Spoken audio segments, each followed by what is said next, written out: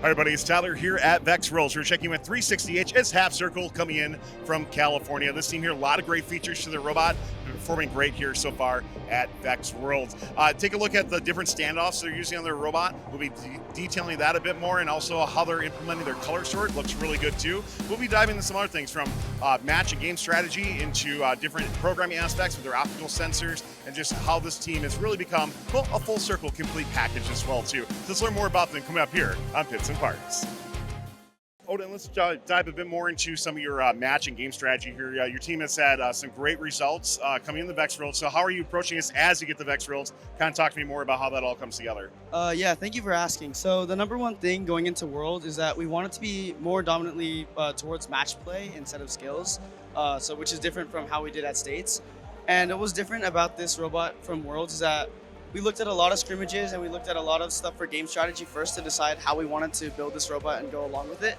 And the number one thing that we decided is that we wanted to focus on what we call goal timings.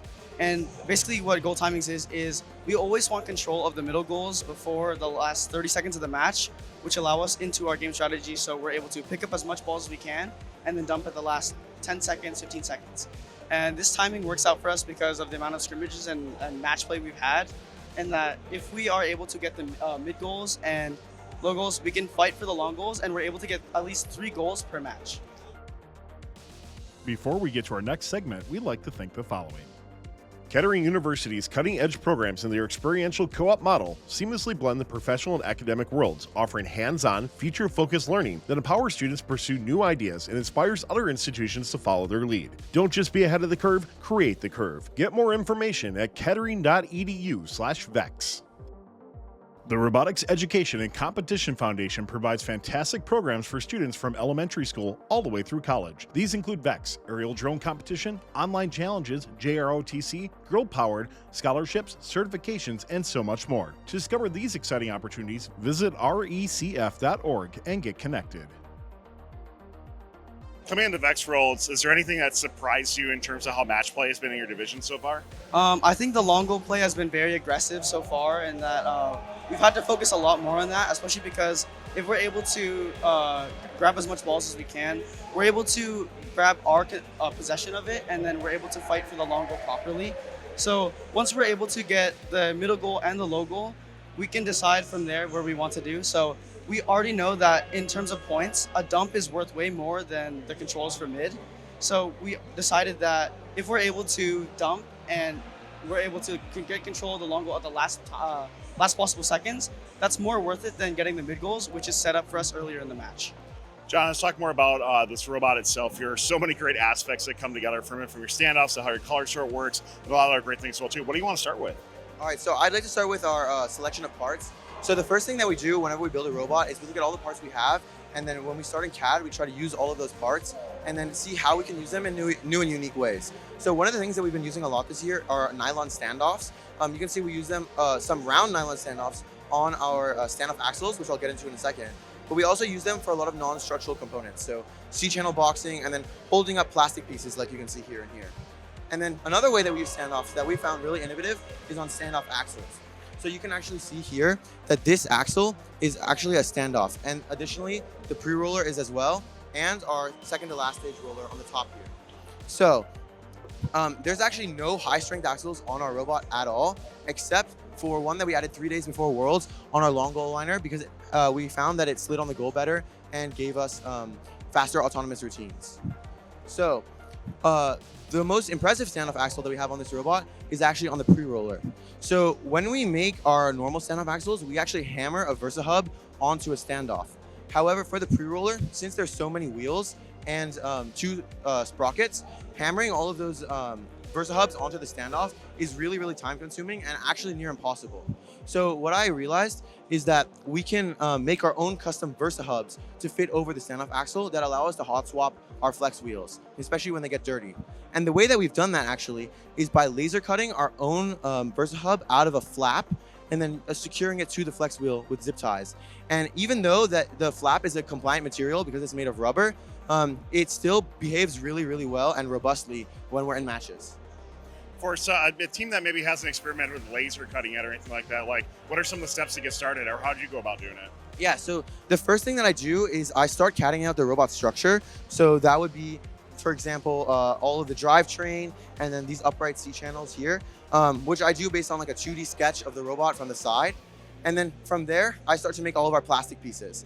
So a good example of this would actually be our intake bracing here. So it actually braces the structure and then also the gearbox. And we use Inventor for all of our CAD. And I make a sketch inside of the Inventor assembly of the part that I want. And then I export after extruding it, I export the face as a DXF and then put that into a software called Lightburn, which powers our laser cutter. So let's talk a little bit more how your color sort works in a robot as well too. Can you talk to me about what stands out, and let's get a demo of it too? Yeah, so as Odin talked about in our math strategy, we really want fast cycling of the middle goals. And what we realized in scrimmages is that we can't spend time picking up balls. So what we've actually done is we add a color sorter at the bottom of our intake, which is just a flap that opens up in the back and allows the intake to eject balls. So we can give you a quick little demonstration. If you want to intake. Oh wait, it behaves differently because it's on the table. So, stop. As you can see, all of the blue balls were ejected out the bottom, and we only have red balls in the top of the intake. What this allows us to do is actually, when we're doing wing play, as we're moving down the field, we can intake balls, and that'll allow us to always have a full robot, and especially set us up for the end of the match with a dump. And when we were talking earlier too, you mentioned one of the other aspects of your robot was your reverse funnels as well too. Can you talk a bit more about that? Yeah, so coming out of States, one of the things we noticed was that since our robot was so skills focused and we were just solely going for skills, we struggled a lot with our wing alignments. So what we've done actually is we made our robot 2 holes narrower, so we're only 12.5 inches long, and that allows us to have a longer wing. And we also added these reverse funnels. So what these reverse funnels allow us to do is that if we hit the long goal here, the robot will actually slide. For example, if the ball was a long goal, it will slide along the long goal, and then it'll slide onto our aligner on the top here, which will allow us to get a perfect alignment of the wing. With your different standoffs and everything that's gone together with this, did you have any packaging challenges, like trying to get your COG low, that sort of thing? Yeah, so especially since our robot is quite heavy by most people's standards, which is 15 pounds, we needed to have a very low center of gravity. So one of the innovative things about our robot is that we don't use any odometry pods, and that allows us to have other things stuck in the drive. So for example, here we've put our battery and our tank inside of the gap between the drive motors, which gives us an extremely low center of gravity. And then on the back, you can see that we've put the brain right on top of it. Speaking about not using odometry, let's talk about autos a little bit and how your team is utilizing we call adaptive autos for that as well too. So Derek, talk to me more about that, and then also anything else from we were talking earlier about some of your optical sensor usage as well too.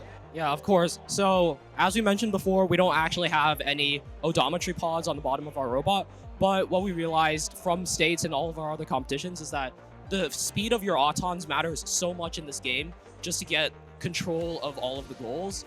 So instead of odometry, we have actually 8 different sensors for autons. We have 3 optical sensors and also 5 distance sensors. So first, we have 4 distance sensors, 1 on each side of the robot, 1 on the back, left, right, and then the front. And we just use these to reset our position wherever we can, since we have no pods and we drift sideways and forwards from wheel slippage a lot. And that's how we try to maintain consistent autos on all of our fields. And then for the opticals, we have 1 here for the match loader, 1 up here for the scoring, and then another one down here, which is for our color sort.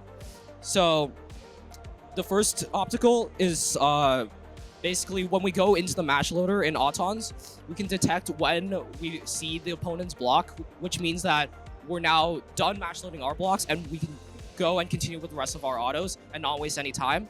And that's the same with the scoring optical up here. We can see when we've scored all of our balls and then instantly move on to the next movement so we don't waste any time. And another thing that we use our scoring optical for is adaptive autos. So basically, say if our auto is slower than our opponent's and we can't score nearly enough balls in time on the long goals, what this optical will do is that it'll see that we still have balls left on our intake, and then we can tell the program to go and score in the middle goals and try to get control there. And that way, we'll have the best chance of winning auto every single time. What was your biggest challenge as a programmer coming into VEX Worlds, like trying to get things where you mentioned that you're definitely a big skills team coming into VEX Worlds, and now you're focused more on match play and that sort of thing. What was like the biggest challenge that you faced personally?